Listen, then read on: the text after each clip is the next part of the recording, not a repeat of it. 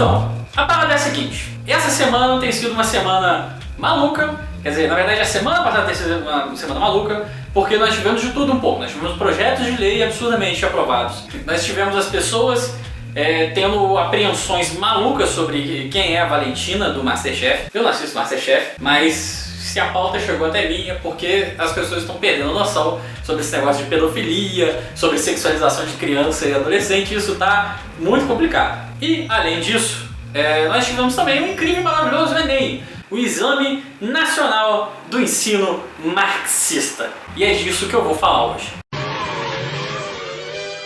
A grande questão que girou em torno do Enem foram duas questões do primeiro dia de prova e a questão de redação do último dia de prova, que foi no domingo. Uma das questões que as pessoas encheram muito o saco foi a da Simone de Beauvoir, que é uma teórica da teoria de gênero, que ela discute exatamente que a não se nasce mulher, torna-se. É uma frase bem famosa, aliás. A outra questão foi uma questão em que é citado Slavoj Žižek, esse filósofo esloveno de língua presa maravilhoso. E a questão do Žižek levantou polêmica porque falou-se que era uma forma de doutrinação marxista. Ao mesmo tempo falou-se que a questão de Simone de Beauvoir era uma forma de doutrinação da teoria de gênero. Tá. Vamos olhar quem foi que falou esse tipo de coisa. Principalmente quem foram os principais atores nacionais com maior visibilidade que falaram esse tipo de besteira. Uma das pessoas que falou isso foi o senhor Marco Feliciano, conhecidamente fofo, conhecidamente gente fina, conhecidamente com cabelo lindo. E o que o Feliciano basicamente disse foi o seguinte: a frase da filósofa Simone de Beauvoir é apenas uma opinião pessoal da autora. Sério, se que fosse uma opinião pessoal de quem? De Deus? E me parece que a inserção desse texto, uma escolha adrede, ardilosa e discrepante do que se tem decidido sobre o que se deve ensinar aos nossos jovens. Tá, olha só, essa frase tá vindo de um cara que não é uma pessoa ardilosa, que não é uma pessoa adrede, essa frase tá legal, que não é uma pessoa contraditória e, por sua vez, não é uma pessoa que doutrina outras pessoas através da religião. Não é mesmo, seu Marco Feliciano? Você não faz isso, né? Você é uma pessoa muito legal. E ele utiliza essa questão disso ser uma opinião pessoal para tentar descategorizar a teoria de gênero e descategorizar o trabalho de Simone de Beauvoir, que são dois livros que são ótimos, que é O Segundo Sexo, o volume 1 e o volume 2, dizendo que é só uma opinião pessoal. Só que isso também levanta a questão de as pessoas elas cismarem que a ciência não tem opiniões pessoais. A ciência tem opiniões pessoais sim, né? Tudo que você produz em ciência vem de uma questão pessoal sua, vem de uma questão de você querer, de um sentimento que você tem em relação a uma determinada coisa. Afinal de contas, a ciência não é neutra. As pessoas acham que existe neutralidade, a neutralidade é uma lenda. Isso não existe, gente, pelo amor de Deus. Pelo amor de Marco Feliciano. Não existe esse tipo de coisa. Pelo amor de Silas Malafaia, que cita a ciência como se ela fosse uma coisa neutra, como se os dados científicos tivessem sido criados sem nenhum tipo de ideologia, sem nenhum tipo de doutrina, sem nenhum tipo de influência do pessoal da pessoa.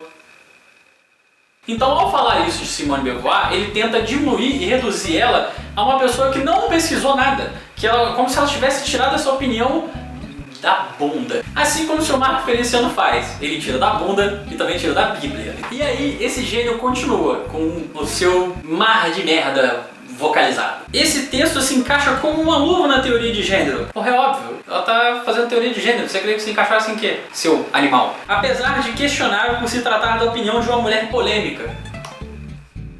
Porque se é a pessoa polêmica, então, né, mamilos não pode falar. O senhor é uma pessoa polêmica, senhor. Então você está se descategorizando, né, enquanto homem polêmico. Feminista da mais retrógrada cepa. Eu queria saber muito o que você acha de progressista. Provavelmente o que você acha de progressista no feminismo deve ser um tipo de feminismo que deve não existir. Com linguajar que denigre as mulheres comparando-as aos eunucos, criando um limbo entre o homem e a mulher, muito em voga nos anos 60. Você não leu esse livro, né, cara? Você tá com um problema sério, ela não compara ninguém ao eunuco. Ela fala da castração como uma questão de que o homem enxerga a mulher como ser castrado. Então, como ser castrado e como o homem detentor do seu lindo e maravilhoso falo, né, da falocracia, faz com que ela tenha menos poder, né, seu gênio. Não contente com esse mar, esse chorumão maravilhoso, aparece o nosso querido Jair Messias Bolsonaro. O sonho petista de querer nos transformar em idiotas materializa-se em várias questões do Enem, o Exame Nacional do Ensino Marxista. Cara, olha só, eu queria muito entender de onde as pessoas tiram na cabeça que a prova do Enem é uma prova que está doutrinando as pessoas, é uma prova que está mudando a cabeça das pessoas, porque a educação não se faz só por provas. Quer dizer, você tem anos e anos de aulas de várias escolas diferentes, escolas particulares, escolas públicas, etc. E você tem uma questão ou duas questões numa prova que só são enunciados de história e de interpretação de texto, e você acha piamente que essa uma questão vai conseguir fazer com que aquela pessoa de repente vire marxista sem ter estudado porcaria nenhuma sobre marxismo. Que merda é essa, sabe? É a mesma coisa que o senhor Rodrigo Constantino, aquele lindo, maravilhoso, fofo que foi demitido da Veja, atenção aí pessoas, contratem esse homem, que virou e falou que a Ubisoft, por estar lançando Assassin's Creed 86.2 Alpha Plus Mega, que se passa na era industrial, por ter colocado Marx como um cara legal, está fazendo marxismo cultural. Caralho, a Ubisoft de repente virou uma empresa socialista, brother. Eu tenho certeza absoluta que eles vão deixar de ter presidentes, eles vão transformar tudo numa grande cooperativa em que todos os trabalhadores ganham igualitariamente, são valorizados em todo o seu potencial e tem cada vez mais políticas de trabalho positivas para eles. Porque assim, a Ubisoft agora é socialistaça, né, cara? E aí ele continua. Mas, ou tão grave quanto a corrupção é a doutrinação imposta pelo PT junto à nossa juventude. O João não nasceu homem e a Maria não nasceu mulher.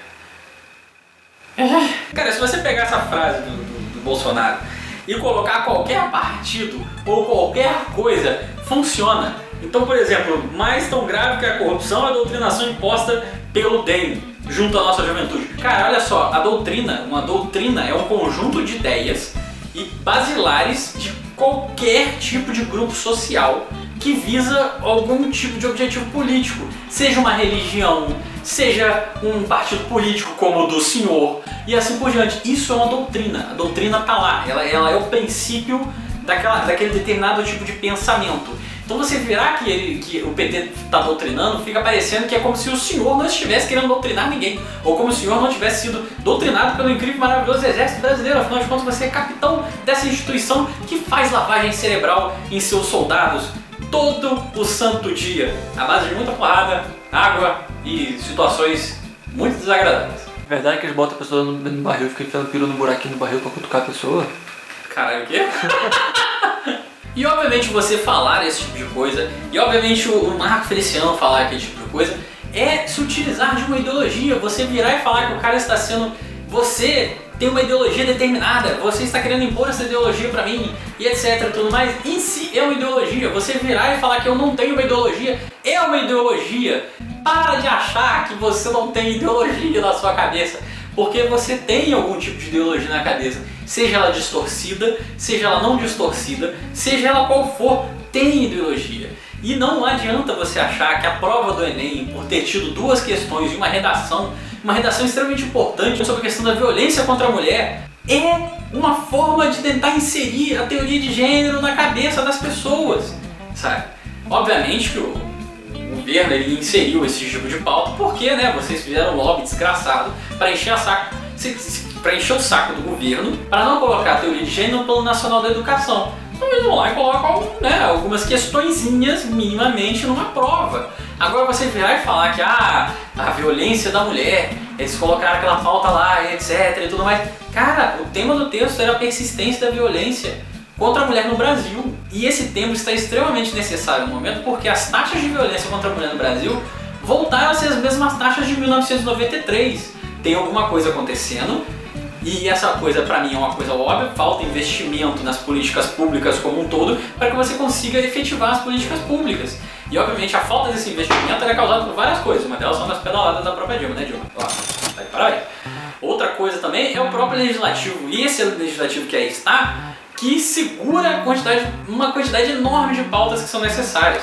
A questão da violência contra a mulher é uma pauta extremamente necessária, é uma pauta que tem que continuar E tem que avançar cada vez mais, e tem que avançar para a violência contra o homossexual, a violência contra a transfobia, a homofobia, a lesbofobia e assim por diante. É claro que cada pauta ela deve ser abordada de uma vez só em uma prova, só que abordar esse tipo de pauta na prova faz com que o tema ele fique necessário, uma discussão, mas não faz com que as pessoas mudem de ideia. As pessoas não mudam de ideia porque elas fizeram uma prova, as pessoas mudam de ideia num processo. Então, se você acha que é por causa de uma prova que elas vão dar ideia, assim, parabéns! Você devia começar a aplicar mais provas, então, em vez de começar a dar aula. Porque, né, são provas que mudam a cabeça das pessoas, não são as aulas que terminam em uma prova. Porra, fica difícil, né? Me ajuda a te ajudar, cara! Enfim, a grande questão é, o senhor Marco Feliciano e o senhor Jair Bolsonaro, assim como uma parte considerável dessas pessoas, se utilizam da doutrina cristã, por exemplo, para justificarem suas pautas malucas e enfiarem as pautas do goela abaixo, da forma que eles falam que o PT está fazendo também e outros partidos estão fazendo, né? Enfiar na goela abaixo as pautas pessoais deles, que são pautas embasadas numa doutrina e numa ideologia. Então, vocês pagarem de justiceiro é de uma hipocrisia absurda. Vocês são hipócritas, é isso que vocês são, muito hipócritas. E não são pouco hipócritas. Vocês são tão hipócritas que vocês me fazem ter que defender uma prova feita pelo MEC, que é um órgão que cortou mais de 7 bilhões da educação pública de um governo que eu discordo, que tem a pauta como pátria educadora e está fazendo o que está fazendo. Porque vocês estão no ápice do cocô do cavalo do bandido, brother! Então, basicamente era isso que eu tinha pra falar pra vocês. Basicamente era isso que esse vídeo super rápido, super descritivo e talvez um pouco didático tem pra dizer pra vocês. E se tiver alguma dúvida, alguns links estão embaixo. Inclusive o livro Mapa da Ideologia do Slavoj Zizek, que é um livro muito bom de se ler e que vai fazer uma confusão do caralho na sua cabeça. Então é isso que eu tinha pra falar pra vocês. Um abraço no fundo do coração. E Natália, vem cá pra dar um tchau, pessoal. Natália, vem cá. Vem cá, você tava dormindo, dá tchau, pô, dá tchau. É só pra dar tchau. Tchau. Não, posso voltar a dormir? Pode, você tá liberado.